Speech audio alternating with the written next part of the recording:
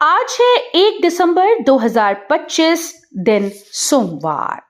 नमस्कार, जय जोहार। चलिए देखते हैं छत्तीसगढ़ की 25 फटाफट बड़ी खबरों को। लेकिन इससे पहले आप वीडियो को कहां से देख रहे हैं, कमेंट बॉक्स में बताना बिल्कुल ना भूलें। गलत जानकारी देने वाले जेल जाएंगे, डिप्टी सीएम ने 2003 मतदाता सूची की जांच का ऐलान। छत्तीसगढ़ के डिप्टी मुख्यमंत्री ने चेतावनी दी है कि गलत जानकारी देने वाले व्यक्तियों के खिलाफ सख्त कार्रवाई की जाएगी और उन्हें जेल भी जाना पड़ सकता है। विशेष रूप से 2003 की मतदाता सूची में जिनके परिजनों का नाम नहीं है, उनकी पूरी जांच की जाएगी। इसका उद्देश्य मतदाता सूची की पारदर्शिता सुनिश्चित करना और किसी भी प्रकार की धोखाधड़ी को रोकना है। छत्तीसगढ़ में एसआईआर अपडेट की समय सीमा 7 दिन बढ़ी, चुनाव आयोग ने नया शेड्यूल जारी। छत्तीसगढ़ में एसआईआर अपडेट की समय सीमा अब 7 दिन बढ़ा दी गई। चुनाव आयोग ने ये नई घोषणा करते हुए नया शेड्यूल जारी किया।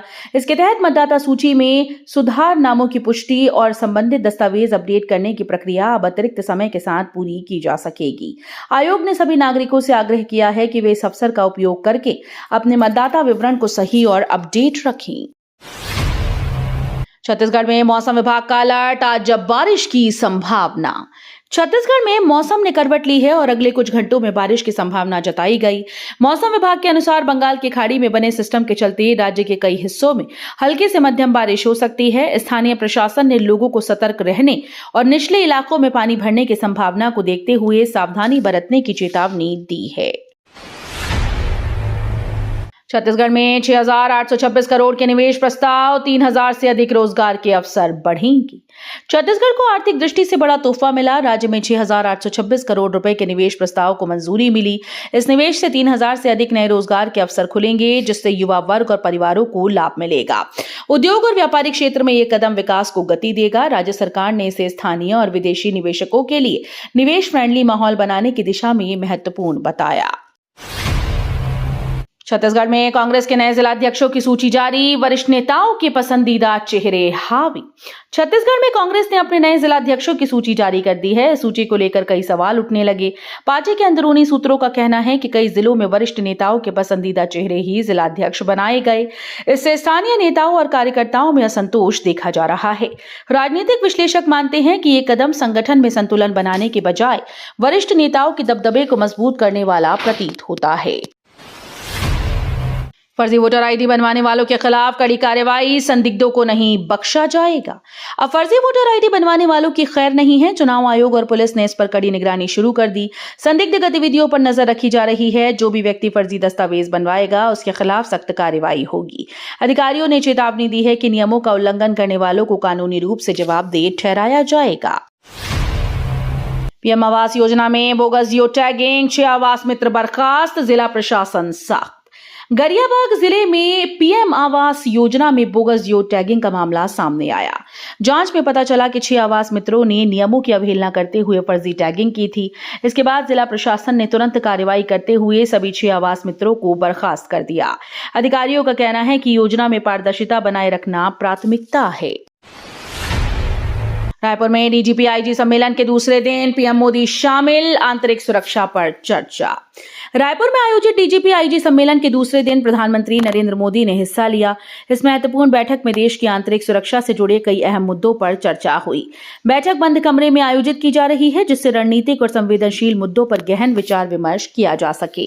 केंद्रीय और राज्य सुरक्षा अधिकारी सम्मेलन में शामिल हैं। छत्तीसगढ़ में 37 नक्सलियों का सरेंडर, 27 पर 65 लाख इनाम। छत्तीसगढ़ में सुरक्षा बलों को बड़ी सफलता मिली। कुल 37 नक्सलियों ने हथियार डालकर सरेंडर कर दिया, जिसमें से 27 पर 65 लाख रुपए का इनाम घोषित था। ये सभी कई घटनाओं में शामिल रहे। अधिकारियों के अनुसार सरकार की पुनर्वास नीति और लगातार दबाव के चलते उन्होंने मुख्यधारा में लौटने का फैसला किया है। रायपुर में महिला बीएलओ पर हमला, बदमाश ने साड़ी खींचकर पीटा। रायपुर से एक बड़ी खबर सामने आई है। एक महिला बीएलओ पर ड्यूटी के दौरान हमला कर दिया गया। आरोप है कि एक युवक ने पहले उसकी साड़ी खींची और फिर उससे मारपीट की, जिसके बाद वहां हड़कंप मच गया। स्थानीय लोगों ने किसी तरह हस्तक्षेप कर महिला को बचाया। घटना की जानकारी मिलते ही पुलिस मौके पर पहुंची और मामला दर्ज कर लिया है। सुकमा ब्लास्ट में घायल कांस्टेबल मुचाकी दुर्गा से मिलने पहुंचे उप मुख्यमंत्री विजय शर्मा। रायपुर के रामकृष्ण अस्पताल में भर्ती सुकमा आईईडी ब्लास्ट में घायल महिला कांस्टेबल मुचाकी दुर्गा का हाल जानने उप मुख्यमंत्री और गृह मंत्री विजय शर्मा शनिवार को पहुंचे। उन्होंने कांस्टेबल से मिलकर उनके स्वास्थ्य का हालचाल जाना और जल्द स्वस्थ होने की शुभकामनाएं दी। अधिकारियों ने बताया कि मुचाकी दुर्गा की हालत अब स्थिर है और चिकित्सक उनकी देखभाल में लगे हुए हैं। पूर्व सीएम बघेल के करीबी के खातों में 441 करोड़ रुपए के संदिग्ध लेन देन का खुलासा। छत्तीसगढ़ पुलिस ने एक बड़ी वित्तीय जांच में पूर्व सीएम बघेल के करीबी के खातों में 441 करोड़ रुपए के संदिग्ध लेन देन का पता लगाया। जांच में वित्तीय नेटवर्क की पूरी पड़ताल की जा रही है। अधिकारियों का कहना है कि अब तक इस मामले में जुड़े हुए कई खातों और लेन देन के स्रोत की पहचान की गई। कानूनी कार्रवाई और आगे की जांच जल्दी पूरी की जाएगी। एसआईआर में 3 शिक्षकों की उदासीनता पर कलेक्टर ने फौरन लिया सख्त एक्शन। छत्तीसगढ़ में एसआईआर के काम में 3 शिक्षकों ने रुचि नहीं दिखाई, जिसके बाद कलेक्टर ने तुरंत सख्त कदम उठाया। कलेक्टर ने कहा कि ऐसी उदासीनता बर्दाश्त नहीं की जाएगी और शिक्षकों को जिम्मेदारी निभाने के लिए प्रेरित किया जाएगा। अधिकारियों के अनुसार ये कदम ये सुनिश्चित करने के लिए लिया गया है कि एसआईआर अपडेट समय पर पूरा हो और छात्रों और नागरिकों के हितों की रक्षा की जा सके। छत्तीसगढ़ में शिक्षकों को नया काम, स्कूल परिसर में आवारा कुत्तों की देंगे जानकारी। छत्तीसगढ़ में शिक्षकों को नया जिम्मा सौंपा गया है। अब उन्हें स्कूल और आसपास के इलाकों में आवारा कुत्तों की उपस्थिति की जानकारी प्रशासन को देनी होगी। इसका मकसद बच्चों की सुरक्षा सुनिश्चित करना और जानवरों के कारण होने वाले हादसों को रोकना है। शिक्षा विभाग का कहना है कि यह जिम्मेदारी न केवल स्कूल परिसरों को सुरक्षित बनाएगी, बल्कि स्थानीय स्वास्थ्य और सफाई उपायों में भी मदद करेगी। सरेंडर करने वाले नक्सलियों से मिलने पहुंचे डिप्टी सीएम विजय शर्मा। छत्तीसगढ़ में सरेंडर करने वाले नक्सलियों से मिलने डिप्टी सीएम ने अचानक मुलाकात की। ये कदम स्थानीय प्रशासन और सुरक्षा बलों की मेहनत को प्रोत्साहन देने के लिए उठाया गया। पिछले 2 साल में राज्य में कई नक्सलियों ने हथियार डालकर मुख्यधारा में लौटना चुना है।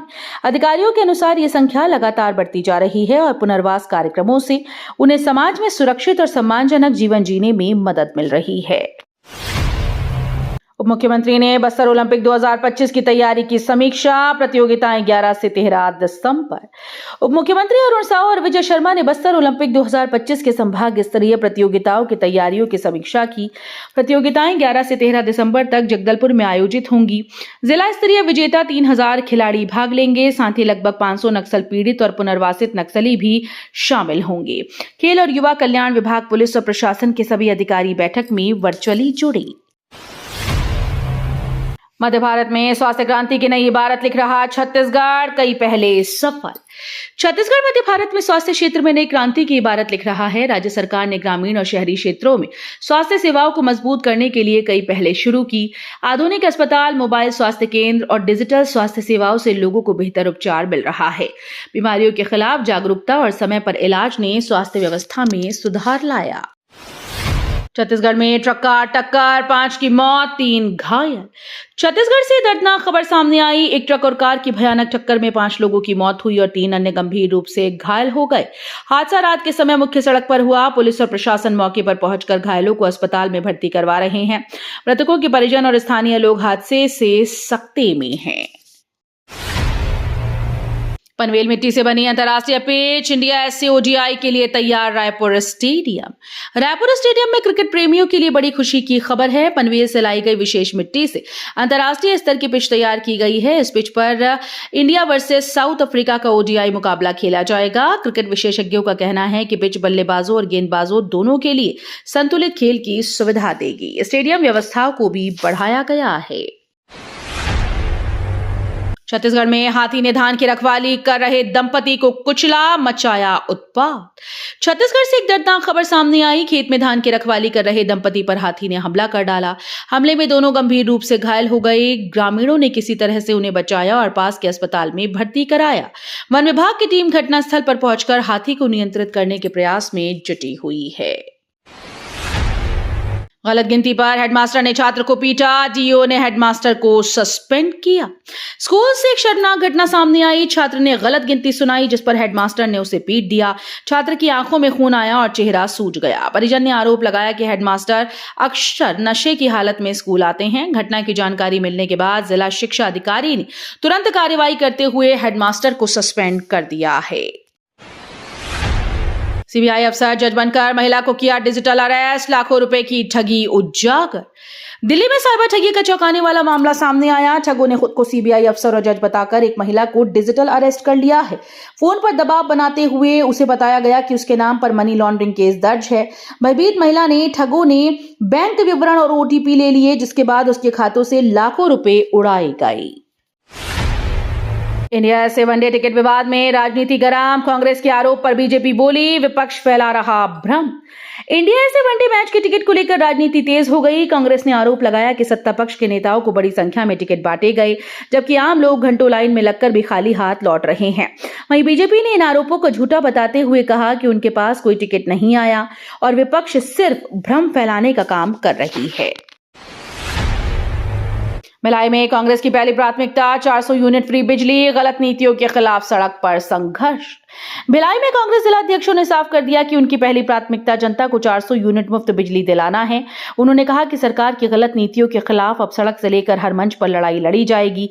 कांग्रेस नेताओं का आरोप है कि मौजूदा फैसलों से आम लोगों पर आर्थिक बोझ बढ़ रहा है। छत्तीसगढ़ के टीचर ने 6000 किलोमीटर सोलो साइकिलिंग की, 24 दिन में गोल्डन क्वाड्रिलेट पूरा। छत्तीसगढ़ के एक टीचर ने कमाल कर दिखाया। उन्होंने पुरानी डंडी वाली साधारण साइकिल से 6000 किलोमीटर की सोलो जर्नी पूरी की और सिर्फ 24 दिनों में गोल्डन क्वाड्रिलेट का चक्कर लगा लिया। रास्ते में मौसम, ट्रैफिक और थकान जैसी कई चुनौतियां थीं, लेकिन उनका जुनून उन्हें आगे बढ़ाता रहा। इस उपलब्धि ने न केवल इलाके का नाम रोशन किया, बल्कि युवाओं के लिए प्रेरणा का नया उदाहरण भी पेश किया। तो ये थी आज की बड़ी खबरें। अगर आपको न्यूज पसंद आई हो तो वीडियो को लाइक और शेयर करना बिल्कुल ना भूलें। धन्यवाद।